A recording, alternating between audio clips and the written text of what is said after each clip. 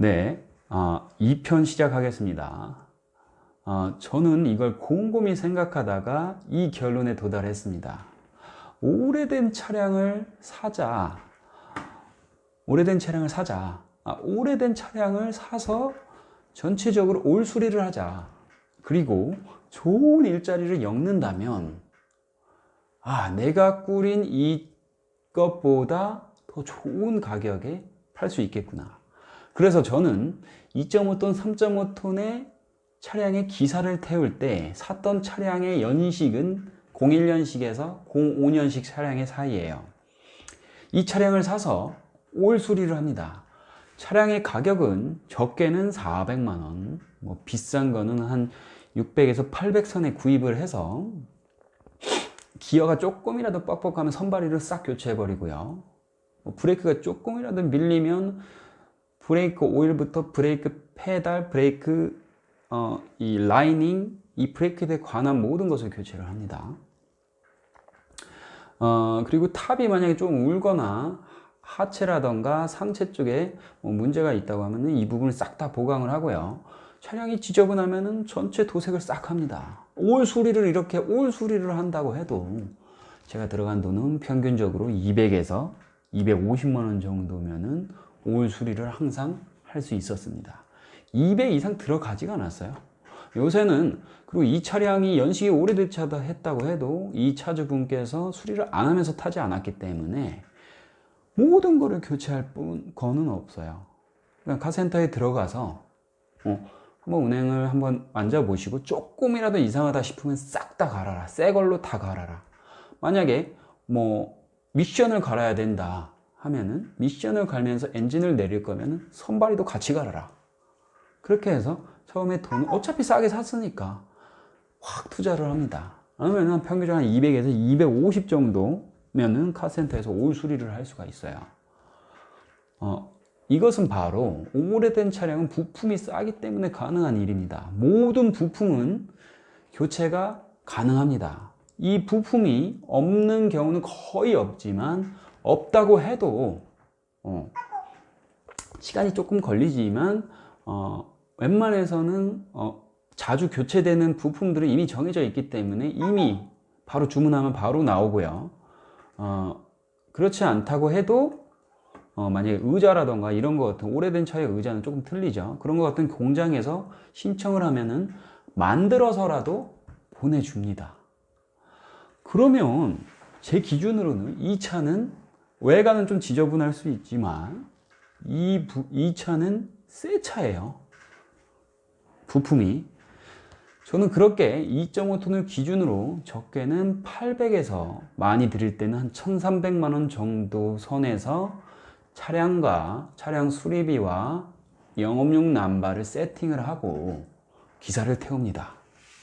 기사를 태우고 일자리를 엮어서 수입을 500에서 600 정도의 수입을 만들어서 기사를 태워요. 그러면은 기사분한테 한 평균 한 400에서 450 정도 준다고 보면은 한 평균 100만 원 정도 이것저것 할부금, 이것저것 보험료, 지입료 뺀다고 해도 한 평균 한 100만 원 정도 남아요. 여기서 이렇게 태우다가 한 3, 4개월쯤 됐을 때 이 기사분이 차를 사고 싶어 하신다고 하면은 내가 꾸린 차량 가격에서 500만 원에서 많게는 1000만 원 정도를 붙여서 판매를 합니다. 그렇게 내가 판매를 한다고 해도 현재 나와 있는 인터넷에 돌아다니고 있는 프리미엄이 붙어 있는 차량의 가격보다는 훨씬 저렴하게 이분들한테 판매를 했기 때문에 기사분들은 오히려 반대를 하면 감사해 하면서 구입을 하셨습니다. 이뿐만이 아니고 저의 주변 친구는 4.5톤 축차를 07년식을 뽑아왔어요. 저한테 와가지고 내가 화물차를 하고 싶다. 근데 나는 몸도 안 좋고 당뇨도 있고 고혈압도 있다. 그리고 나는 그렇기 때문에 나는 야간 일을 할 수도 없고 주간 일만 해야 된다.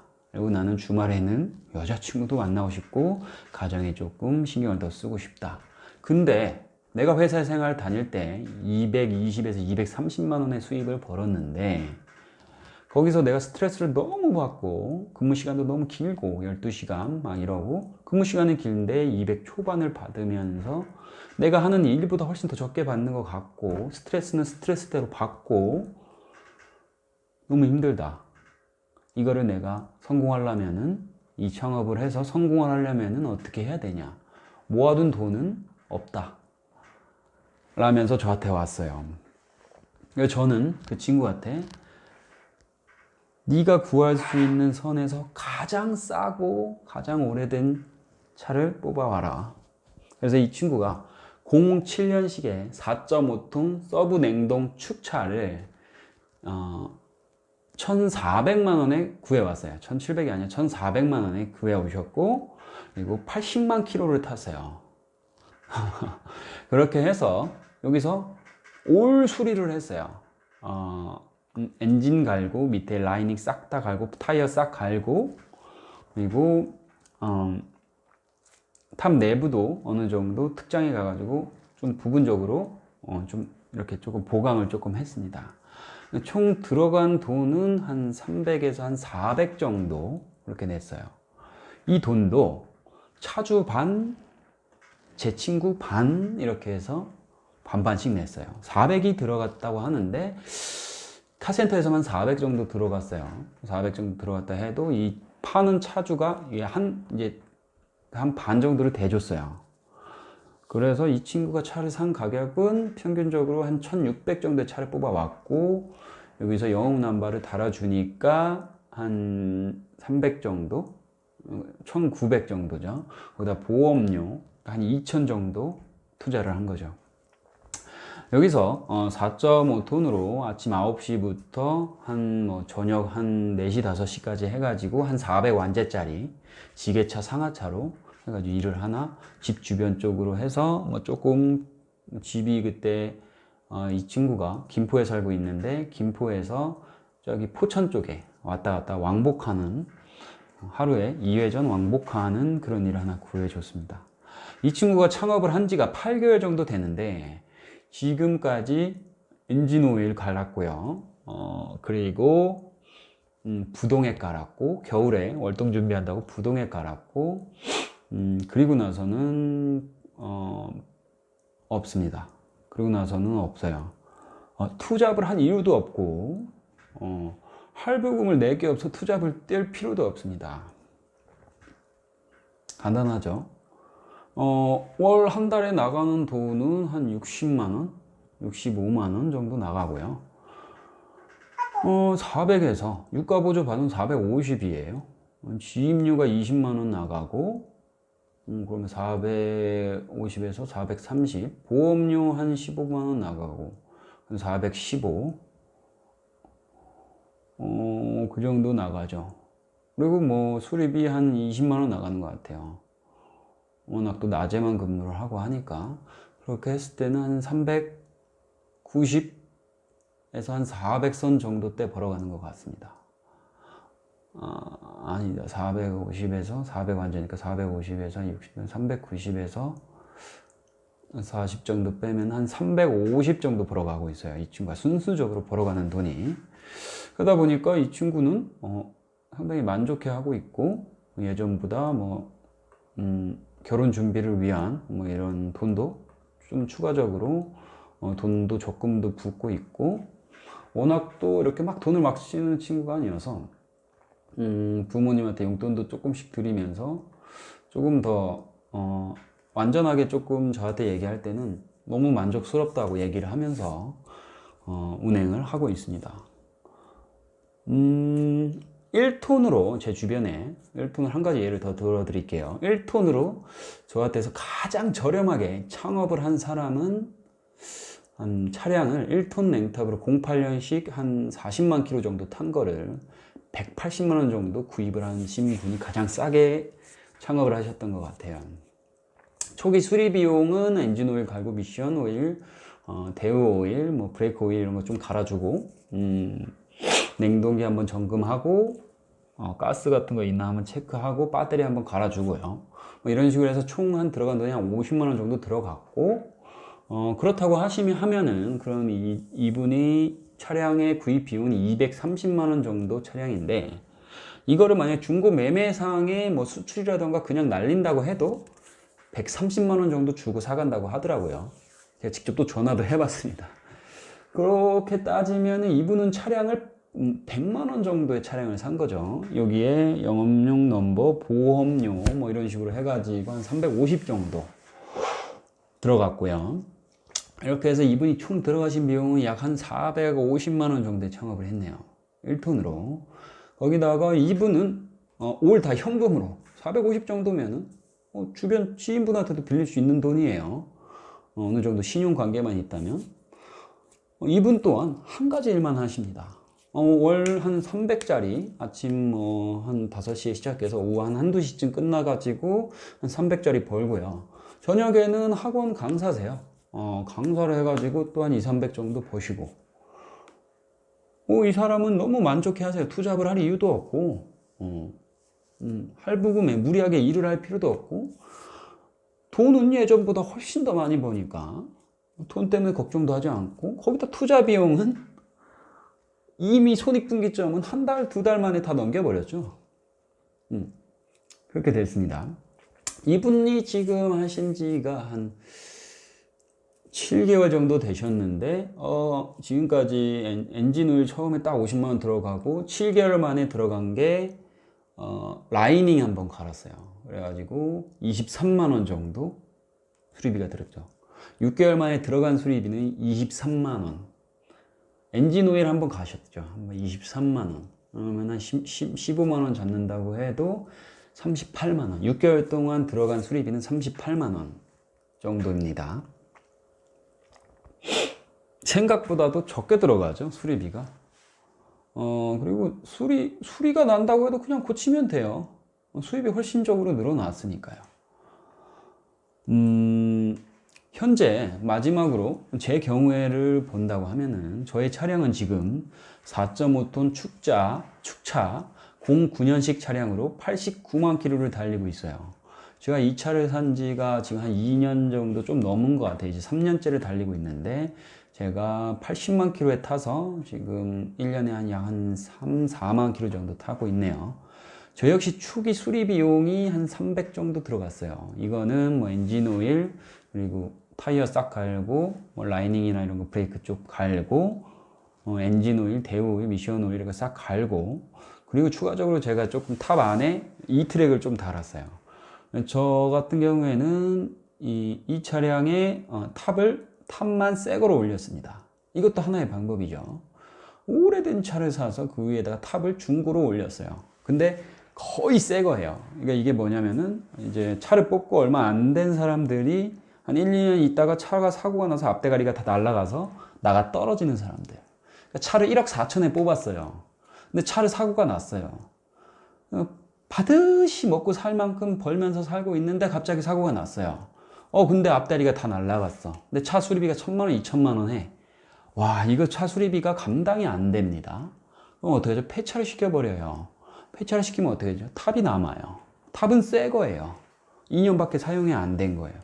그런 탑을 저는 떼어와서 뭐 한 700, 800 정도로 해서 탑으로 올려요. 그렇게 해서 차를 지금 타고 있어요. 사람들이 제 차 보면은, 야, 너 차 새로 뽑았냐? 이거 한 18년씩 되냐? 이래요. 그 정도로 탑 안에가 깔끔합니다. 재밌죠? 그리고 외부 또한 도색을 싹 했어요. 앞대가리. 조금 녹슨 게 있었거든요. 싹 했어요. 사람들이, 와, 너 차 연식 좋나 보다? 막 이러는데, 09년식이에요. 막 90만 킬로 탔습니다. 이러면. 뭐야, 이거? 놀래죠. 들어간 돈이 별로 없어요. 신차가 지금 냉동탑차 축차로 뽑으면 1억 4천인데, 저는 한 5천 정도에 뽑은 것 같아요. 4천 후반? 4천 한 300 정도에 해가지고 수리비랑 보험료랑 남바 달고 뭐 하니까 5천 정도 들어갔던 것 같아요. 한 차 값만 보자면 한 4천 300~400 정도 들어간 거죠.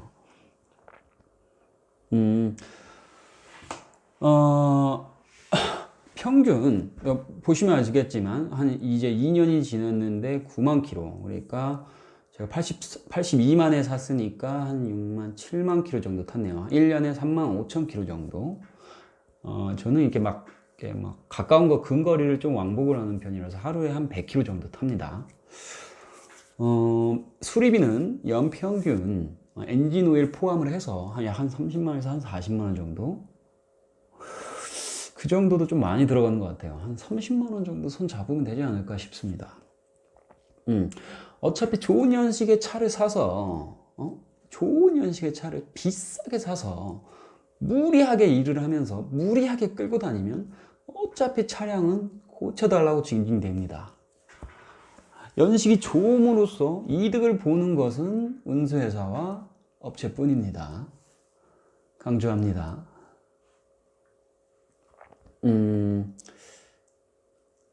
만약에 제가 끌고 다니던 차가 오래됐다고 운수회사에서 만약에 저한테 뭐라고 한다면은 저는 차라리 탑을 새로 올리겠다. 그럼 차를 깨끗하게 도색을 싹 하겠다. 몇백만 원이 들더라도 내가 그렇게 하겠다. 저는 그렇게 얘기를 합니다.